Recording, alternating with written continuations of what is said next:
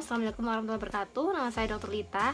Nah, di video kali ini saya mau sharing lagi, kali ini mengenai kebiasaan yang masih dilakukan oleh masyarakat, padahal itu berbahaya bagi penularan virus corona. Jadi, apa sih kebiasaan itu? Yuk, mari kita lihat.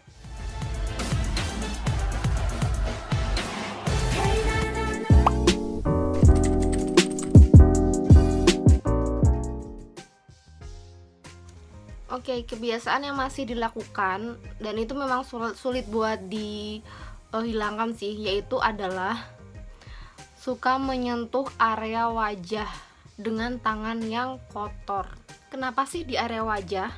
Karena menurut sumber yang memang sudah dibuktikan bahwa penularan virus maupun mikroorganisme lainnya itu dapat masuk atau invasi ke bagian-bagian area wajah, terutama pada selaput mata, selaput hidung, dan juga rongga mulut.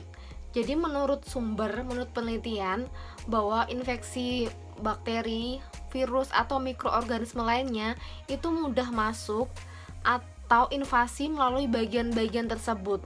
Sebenarnya mikroorganisme itu bisa masuk ke dalam pori-pori, tapi itu kemungkinannya kecil.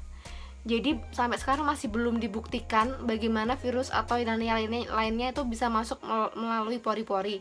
Tetapi lebih utama mereka masuk atau invasi itu melalui bagian-bagian yang sudah saya sebutkan tersebut. Tapi perlu digarisbawahi lagi kalau memang ada penyakit-penyakit tertentu yang memang penularannya melalui pori-pori. Tetapi di sini kita berbicara mengenai virus, terutama virus corona atau COVID-19, dimana dia tuh memang virus baru dan memang kita belum detail tahu mengenai virus tersebut karena memang benar-benar baru November 2019 kalau nggak salah. Jadi memang kita sekarang ini lagi mencari vaksinnya, mencari pengobatannya, dan semoga pengobatannya mengenai virus ini cepat ketemu dan masyarakat aman terkendali kembali. Nah, itulah mengapa dianjurkan untuk tangan kita tuh tetap steril.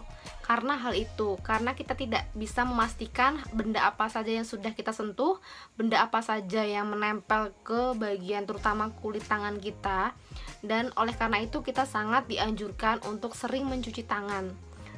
Minimal kalian menggunakan hand rub atau penggunaan hand sanitizer.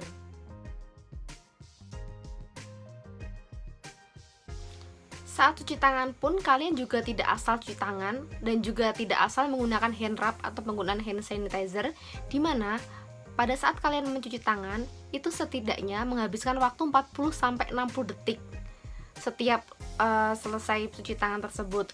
Tetapi untuk hand rub itu kalian cukup waktu 20-30 detik.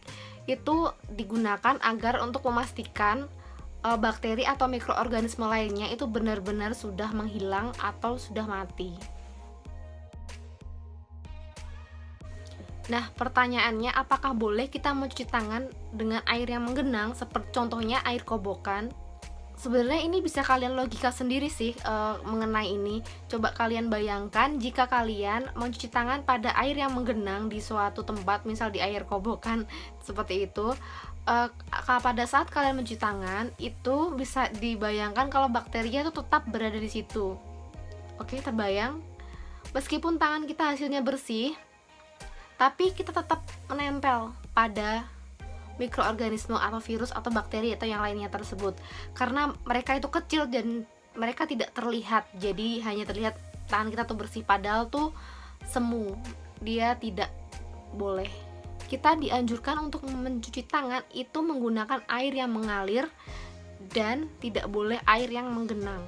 Dan menurut WHO, World Health Organization, untuk cuci tangan sendiri itu ada beberapa langkahnya. Nah, berikut saya sertakan gambar, dan ini menurut sumber WHO, dan kalian harus benar-benar mengikuti ini karena cuci tangan itu ada tekniknya. Dan setiap gerakan itu juga mempunyai maknanya dan artinya sendiri-sendiri, jadi tidak asal untuk mencuci tangan ya. Ini seperti biasa, kalian perlu mengambil air dan juga sabun, kemudian digosokkan hingga berbusa. Kemudian yang kedua adalah menggosok bagian punggung tangan. Nah, ini yang perlu diperhatikan adalah arahnya ini harus ke arah luar, bukan ke arah dalam. Jadi mengarah keluar satu arah ya. Kemudian ini boleh dua arah ya, ini bagian sela-sela jari boleh kedua arah, luar dan juga dalam. Kemudian ini gerakan mengunci ini dimaksudkan agar jari bagian atas itu dia terkena dan juga dia bersih. Dan ini membersihkan ibu jari dengan gerakan memutar. Kemudian setelah itu ini untuk membersihkan area kuku, ini juga dengan gerakan memutar tetapi lebih kepada ujung-ujung jari. Dan setelah itu cuci lagi dengan menggunakan air yang mengalir. Ingat ya, ini harus air yang mengalir. Kemudian keringkan dengan tisu. Oh ya, di sini harus tisu ya, kalian nggak boleh membersihkan dengan handuk, apalagi handuk yang di luar ruangan. Kalau misalnya handuknya bersih nggak apa-apa kalau kalian yakin, tapi kalau nggak yakin mending jangan ya, pakai tisu aja. Kemudian setelah itu matikan air keran tersebut. Harusnya bisa menggunakan siku, tetapi jika tidak bisa kita bisa menggunakan tisu tersebut. Dan kemudian tangan kalian steril, dijaga agar tetap steril ya. Dan untuk cuci tangan, sabun yang kalian gunakan juga baiknya sabun yang mengandung antiseptik. Jadi dia memiliki kemampuan untuk membunuh dari bakteri atau istilahnya itu bakterisid. Oke, video ini udah selesai. Semoga video ini membantu kalian dan semoga bermanfaat. Dan jangan lupa terapkan hidup sehat, kemudian banyak minum vitamin, kemudian kurangin keluar rumah terlebih dahulu untuk sementara waktu.